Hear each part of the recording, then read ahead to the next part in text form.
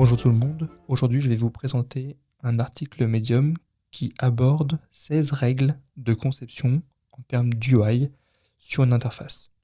Donc l'auteur de cet article a bien expliqué étape par étape les différents éléments qu'on peut modifier sur une maquette et qui peut avoir un impact assez important en termes d'UI.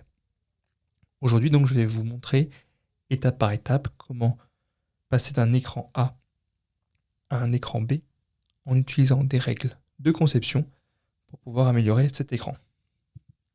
Donc l'écran en question est ici. Je vous laisse quelques secondes pour essayer de repérer déjà des petits éléments qui peuvent être améliorés.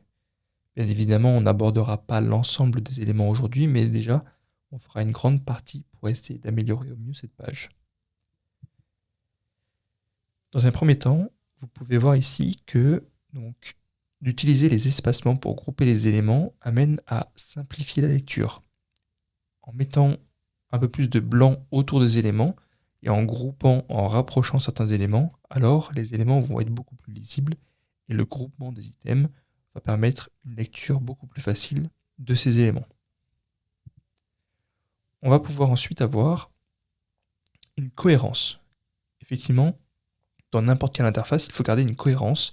Ici, vous pouvez le voir ici, que les icônes ne sont absolument pas cohérents, à la fois en termes de libellé et à la fois en termes d'UI.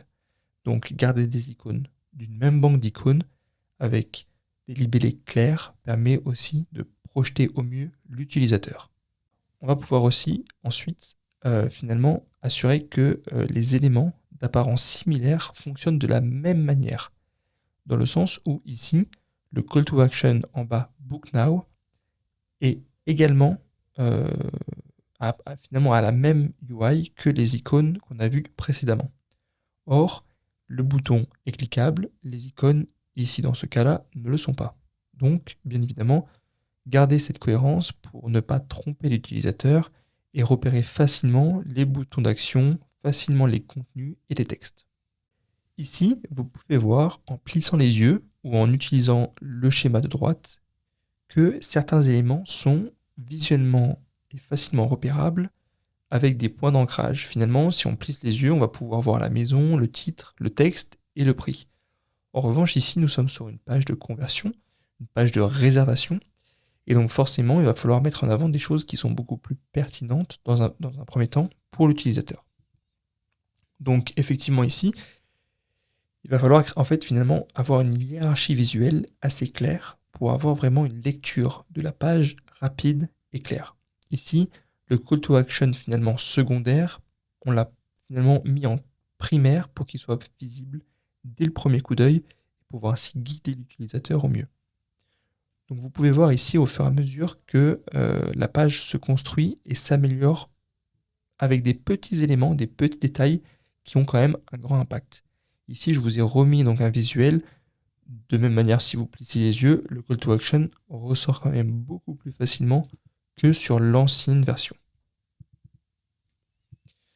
Ensuite, on va pouvoir, je dis bien pouvoir parce que là c'est vraiment à la marge en fonction du produit, en fonction de la direction artistique posée, en fonction des choix design. Mais typiquement ici, le choix de l'auteur a été de supprimer les différents styles inutiles, donc en l'occurrence ici, les petites marges blanches autour de la photo. Ça ramène peut-être un élément de profondeur, mais en tout cas de grandeur, mais en tout cas voilà, chacun ici est d'avis à garder ou non, ça n'impacte pas forcément l'UI ni l'UX, mais globalement ça peut être une touche supplémentaire. On va également utiliser la couleur à bon escient. Pourquoi je dis ça? Parce que, en l'occurrence ici, le titre, les reviews et le bouton étaient de la même couleur, le bleu. Ce qui est bien, ça peut faire appel peut-être aux éléments graphiques de la marque.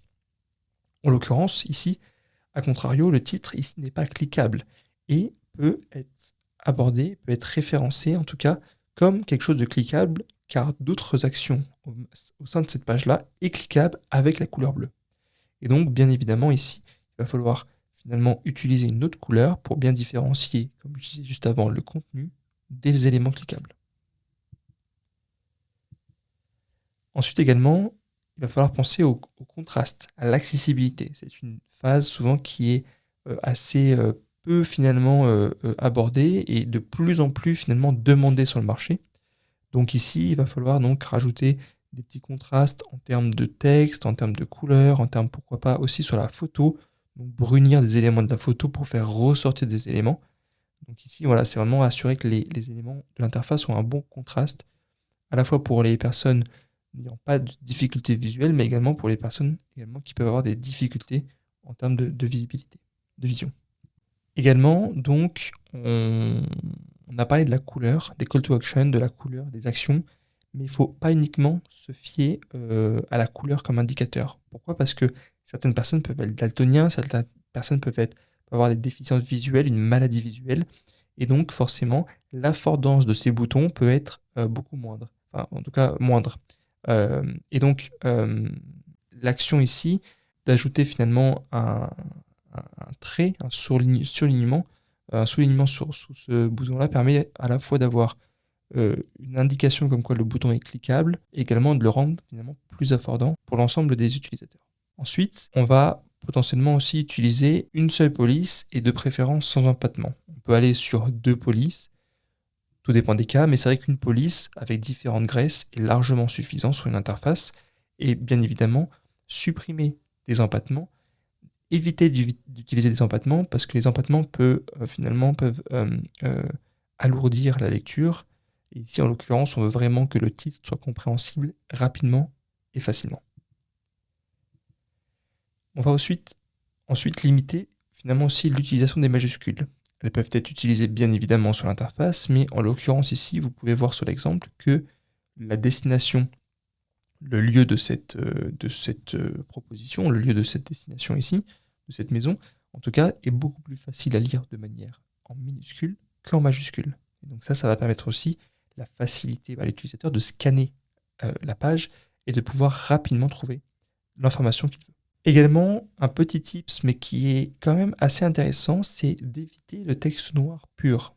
Effectivement, sur des contrastes avec des fonds blancs, le texte noir peut paraître beaucoup plus vibrant. Il peut vibrer beaucoup plus, alors que si on diminue un tout petit peu le noir du texte et qu'on tend vers les tons gris, la lecture peut être beaucoup plus simple et beaucoup plus facile pour l'œil.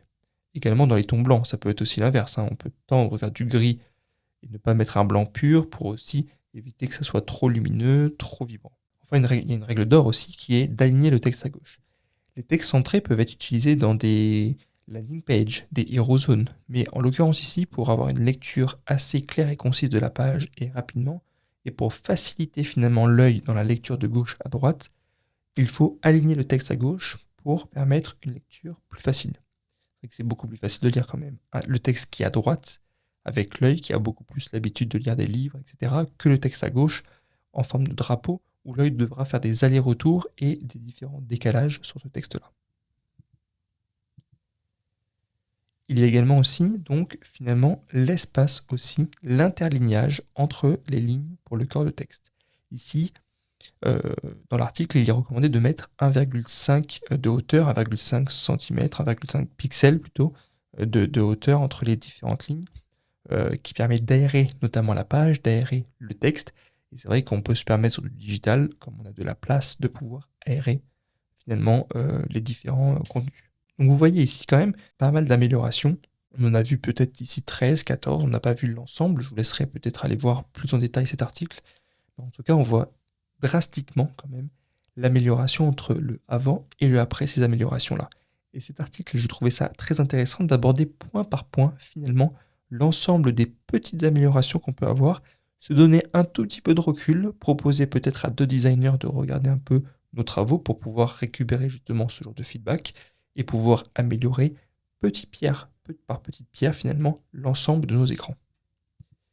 Je vous laisserai également apprécier peut-être un livre que l'auteur a écrit sur justement l'UI design, avoir des tips sur avoir un UI finalement assez pratique, assez fonctionnel, mais surtout d'aller dans la simplicité et essayer d'avoir finalement des améliorations qui peuvent être prises en compte et finalement des tips qui sont importants à avoir en termes de base d'UI pour pouvoir déjà maqueter plus rapidement des écrans et qui rentrent plus dans les usages finalement, tout ce qu'on peut voir au quotidien. Je vous remercie pour votre écoute et je vous souhaite une très bonne journée.